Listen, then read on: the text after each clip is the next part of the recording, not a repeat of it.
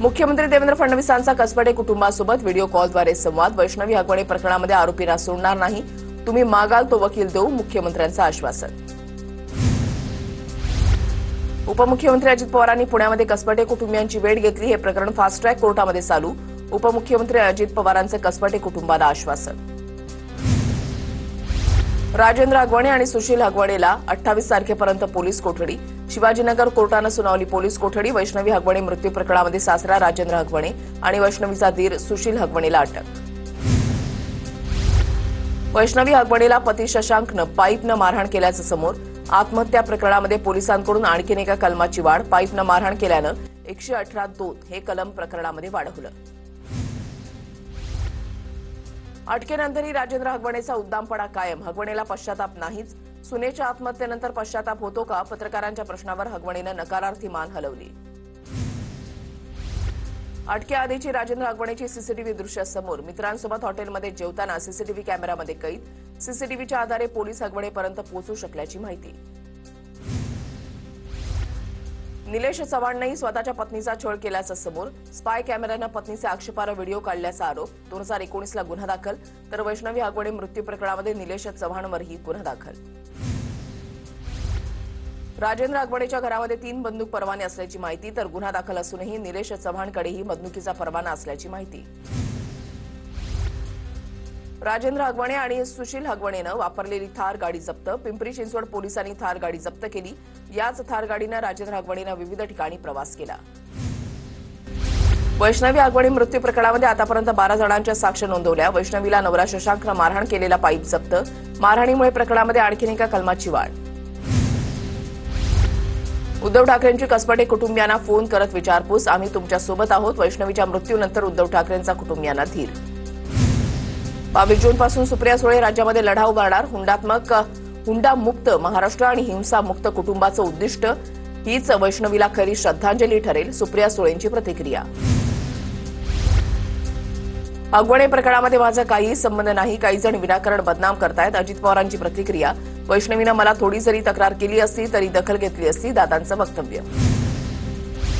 हगवणेंच्या घरी घडलं त्याला अजित पवार जबाबदार असू शकत नाहीत. वैष्णवी हगवणे प्रकरणी जयंत पाटलांकडून अजित पवारांची पाठराखण.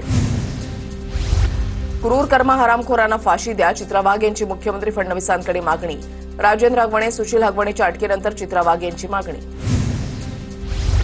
आत्महत्येची घटना घडण्याआधी वैष्णवी हगवणे संदर्भात तक्रार नव्हती. घटनेबाबत महिला आयोगानं स्वतःहून तक्रार दाखल करून घेतली. महिला आयोगाच्या अध्यक्षा रुपाली चाकणकरांची माहिती. वैष्णवीच्या जावेनं तक्रार केली तेव्हाच कारवाई व्हायला हवी होती. चाकणकरांवर सदोष मनुष्यवधाचा गुन्हा का दाखल होऊ नये? रोहिणी खडसेंचा रुपाली चाकणकरांवर जोरदार निशाणा. रोहिणी खडसेंकडून धमकी मिळाल्याची पीए नाफडेंच्या पत्नीची तक्रार. दिव्याखाली अंधार असणाऱ्यांनी बोलू नये. रुपाली चाकणकरांचा खडसेंवर पलटवार. शिवाजीनगर कोर्टाबाहेर भाजप कार्यकर्त्यांचं हगवणेंविरोधात आंदोलन. यावेळेला भाजप कार्यकर्त्यांनी चुकीच्या गाडीवर टोमॅटो फेकले. ज्या गाडीवर टोमॅटो फेकले त्या गाडीमध्ये आरोपी नव्हते. मुख्यमंत्री फडणवीस आजपासून 2 दिवसीय दिल्ली दौऱ्यावर. नीती आयोगाची बैठक आणि मुख्यमंत्री परिषदेला फडणवीस उपस्थित राहणार. राहुल गांधी आज जम्मू काश्मीरच्या दौऱ्यावर. भारत पाक तणावामध्ये गोळीबारात मृत्यू झालेल्यांच्या कुटुंबियांना भेटणार. पूंछ आणि काश्मीरमधील कुटुंबियांची भेट घेणार. राहुल गांधींच्या वक्तव्याचा निषेध करतो. पंतप्रधान मोदींनी दहशतवाद्यांवर कारवाई केली. पाकिस्तानला याआधी असं सडेतोड उत्तर दिलेलं का? एकनाथ शिंदेंचा सवाल. परराष्ट्र सचिव विक्रम मिस्रींचं खासदारांच्या शिष्टमंडळांना मार्गदर्शन. सुप्रिया सुळे, प्रियंका चतुर्वेदी, मनीष तिवारी, रविशंकर प्रसाद यांच्यासह अनेक खासदारांचा समावेश. दरम्यान भारतीय म्हणून परदेशात भूमिका मांडणार. सुप्रिया सुळेंची प्रतिक्रिया. जर्मनीच्या परराष्ट्र मंत्र्यांसोबत एस जयशंकर यांची चर्चा. जर्मनीकडून पहलगाम हल्ल्याचा निषेध. दहशतवादाविरोधात आमची zero tolerance policy. S Jaishankar यांचं वक्तव्य.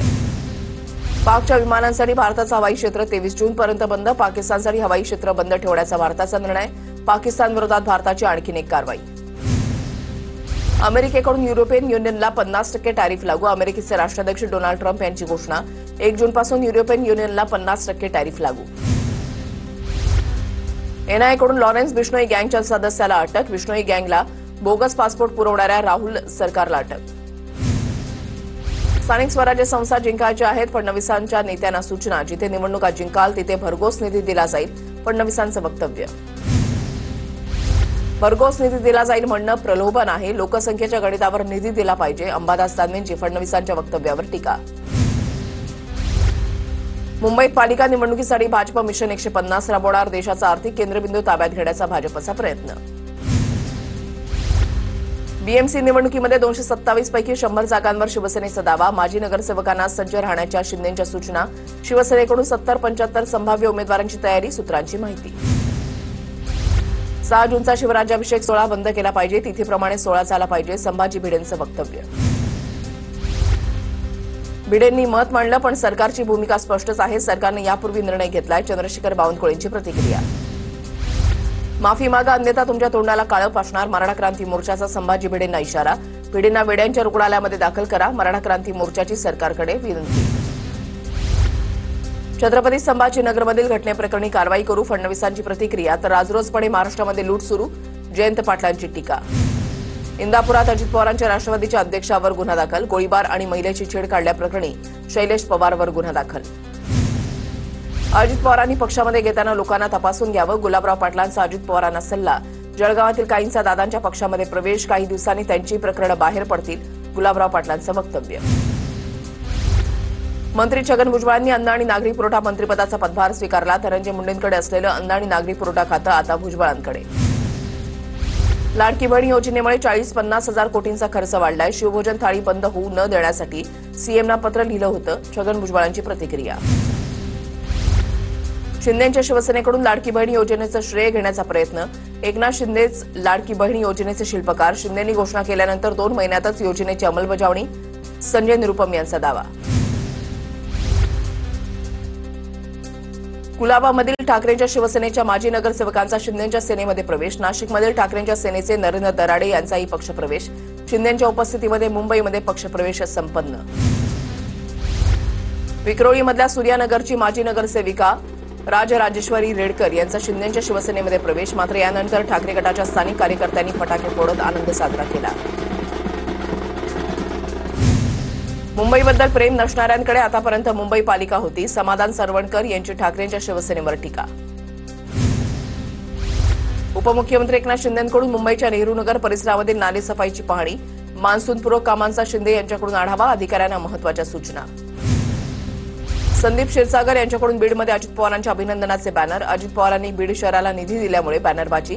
बॅनरवर शरद पवार आणि अजित पवारांचा फोटो. बॅनरची सर्वत्र चर्चा. शक्तीपीठ महामार्गाबाबत अजित पवारांनी आपला शब्द फिरवला. शक्तीपीठ महामार्ग विरोधी कृती समितीचा आरोप. लोकप्रतिनिधींना महामार्ग हवाय मग तुमचा विरोध का. अजित पवारांचं वक्तव्य. भास्कर जाधवांची उदय सामंतांसमोर पुन्हा एकदा नाराजी व्यक्त. मान्सूनपूर्व आढावा बैठकीमध्ये प्रशासनानं डावललं. भास्कर जाधवांचा आरोप. भास्कर जाधवांनी भर सभागृहात अधिकाऱ्यांना फैलावर घेतलं. राष्ट्रीयकृत बँकेमधील हिंदी माणसामुळे मराठा उद्योजकांना कर्जास अडचण. अण्णासाहेब पाटील महामंडळ अध्यक्ष नरेंद्र पाटलांची खंत व्यक्त. जाणीवपूर्वक कर्ज देण्यास टाळाटाळ करणाऱ्या हिंदी भाषिक बँक अधिकाऱ्यांवर गुन्हे दाखल करणार. नरेंद्र पाटलांचा इशारा. विधानसभेमध्ये मला भांडण्यासाठी भाजप काँग्रेसनं प्रयत्न केले असं वक्तव्य धर्मराव बाबा आत्राम यांनी केलंय. मी तडजोड करत नाही हे सर्वांना माहीत असंही आत्रामांनी म्हटलंय. अमरावती सर्कल वन विभागामधील वनपरिक्षेत्र अधिकाऱ्यांच्या बदलीसाठी पैसे घेतल्याचा आरोप. अधिकाऱ्यांची ऑडिओ क्लिप व्हायरल. अधिकाऱ्यांच्या बदलीसाठी 35 लाख रुपये दर असल्याचा आरोप. विश्रामगृहामध्ये झालेला प्रकार अतिशय निंदनीय. विश्रामगृहात झालेल्या घटनेशी आमचा काय संबंध. धुळे विश्रामगृहात 1.5 कोटी सापडल्याच्या प्रकरणावर अर्जुन खोतकरांची प्रतिक्रिया. नागपुरात 2 ठिकाणी ईडीची छापेमारी. इतवारी परिसरामध्ये सागर ज्वेलर्सवर ईडीची धाड. सराफा असोसिएशनच्या माजी अध्यक्षांच्या ज्वेलर्सवर छापा. कॅश हवाला करणाऱ्या शैलेश लखोटिया याच्यावरही छापेमारी. नवी मुंबईच्या पनवेलमध्ये गाडी चालवताना हार्ट अटॅक आल्यानं अपघात. अपघातामध्ये एकाचा मृत्यू तर 1 जण जखमी. नंदुरबारच्या तळोदा बस स्थानकावर 20 वर्ष महिलेची प्रसूती. मजुरी करून घरी परतत असताना महिलेला अचानक वेदना होऊ लागल्या. प्रसूतीनंतर महिलेवर उपजिल्हा रुग्णालयामध्ये उपचार.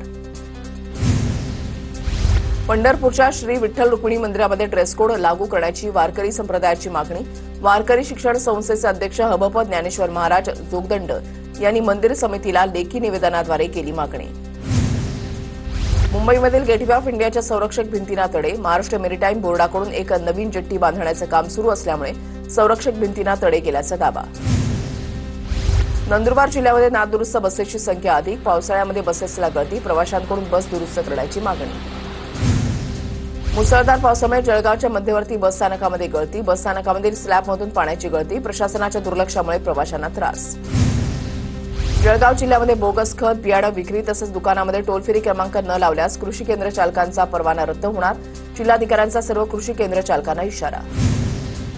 रत्नागिरीच्या चिंचघर गावातील श्री भैरवनाथ देवस्थान मंदिराचा कलशरोहण आणि प्राणप्रतिष्ठा सोहळा संपन्न, रामदास कदम, उदय सामंत, शंभूराज देसाई, योगेश कदम यांची विशेष उपस्थिती.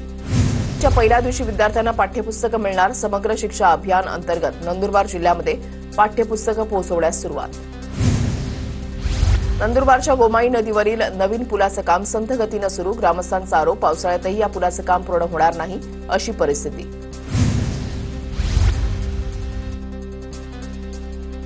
नंदुरबारच्या उदयन नदीवर पूल नसल्यामुळे वाहनधारकांची मोठी कसरत, 15 वर्षांपासून मंजूर असलेला पूल अजूनही तयार नसल्यानं स्थानिकांमध्ये संभ्रम.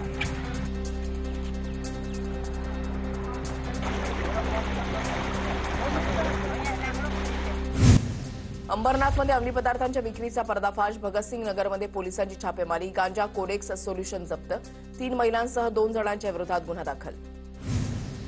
अंबरनाथ पोलिसांना अंमली पदार्थ विक्रीची माहिती कशी नव्हती, स्वतंत्र पथकानं कारवाई केली असती तर जास्त मुद्देमाल सापडला असता, पोलिसांच्या छापेमारीनंतर सामाजिक कार्यकर्ते प्रवीण गोसावी यांचा दावा. वाशिमच्या मालेगावात मुसळधार पाऊस, शिरपूर बेलखेड मार्गावरील बेलखेडा गावाजवळच्या पुलावर पाणी आल्यानं काही वेळ वाहतूक विस्कळीत झाली होती. कोल्हापूरमध्ये गेल्या 4 दिवसांपासून सुरू असलेल्या पावसामुळे पंचगंगा नदीच्या पाणी पातळीमध्ये वाढ, पाणी पातळी वाढल्यानं कसबा बावडा इथला राजाराम बंधारा पाण्याखाली, कसबा बावडा ते वडणगे रस्ता आता वाहतुकीसाठी बंद. छत्रपती संभाजीनगरच्या कन्नड तालुक्यामध्ये मुसळधार पावसाची हजेरी, छोट्या मोठ्या नदी नाल्यांना पूर आल्यानं नासनवेल परिसरामधील अंजना नदीवरचा पूल वाहून गेला. सातारा जिल्ह्याला मान्सूनपूर्व पावसाचा तडाखा, शेतामध्ये पाणी साचल्यानं पीक धोक्यात, भुईमुग टोमॅटो पीक धोक्यात, शेतातील भाजीपाल्याचं नुकसान. हिंगोलीमध्ये सततच्या पावसामुळे भाजीपाला उत्पादक शेतकरी अडचणीत, 2 एकरवरील कोबीच्या पिकांवर शेतकऱ्याने फिरवला रोटावेटर. नाशिकमधील कांदा उत्पादक शेतकरी दुहेरी संकटात, येवला बाजार समितीमध्ये गोल्टी कांद्याला 135 रुपये प्रति क्विंटलचा दर, कांदा उत्पादक शेतकऱ्यांच्या चिंतेमध्ये वाढ. वर्धा जिल्ह्यामध्ये हमी दरातील तूर खरेदीला मुदतवाढ मिळाल्यानं शेतकऱ्यांना दिलासा, नाफेडच्या तूर खरेदीला 28 मे पर्यंत मुदतवाढ. सिंधुदुर्ग जिल्ह्यामधल्या धामापूर मोगरणे इथे राहत्या घरावर दरड कोसळली, जाधववाडीमधील जयंत ठोंबरेंच्या घराचं मोठं नुकसान, जीवितहानी नाही, गायीला गंभीर दुखापत. सिंधुदुर्गमध्ये पावसाचा जोर अजूनही कायम, वैभववाडी तालुक्यामध्ये 92 मिलीमीटर पावसाची नोंद, करूळ घाटामध्ये ठिकठिकाणी दरड कोसळण्याचं सत्र सुरू. रत्नागिरीमध्ये मुसळधार पावसामुळे संरक्षक भिंत कोसळली, पोमेंडी खुर्दमध्ये घडली घटना, भिंत कोसळल्यानं 3 जण जखमी. अहिल्यानगरच्या ब्राह्मणवाडा गावचे जवान संदीप गायकर यांना वीरमरण, जम्मू काश्मीरमध्ये सर्च ऑपरेशन दरम्यान दहशतवाद्यांशी लढताना संदीप गायकर शहीद. सांगलीच्या पोलीस अधीक्षक कार्यालयाचं मुख्यमंत्री फडणवीसांच्या हस्ते लोकार्पण, कडेगाव आणि आटपाडी पोलीस ठाण्याच्या इमारतींचंही लोकार्पण, सांगली पोलीस दलाला 19 नवी वाहनंही मिळाली.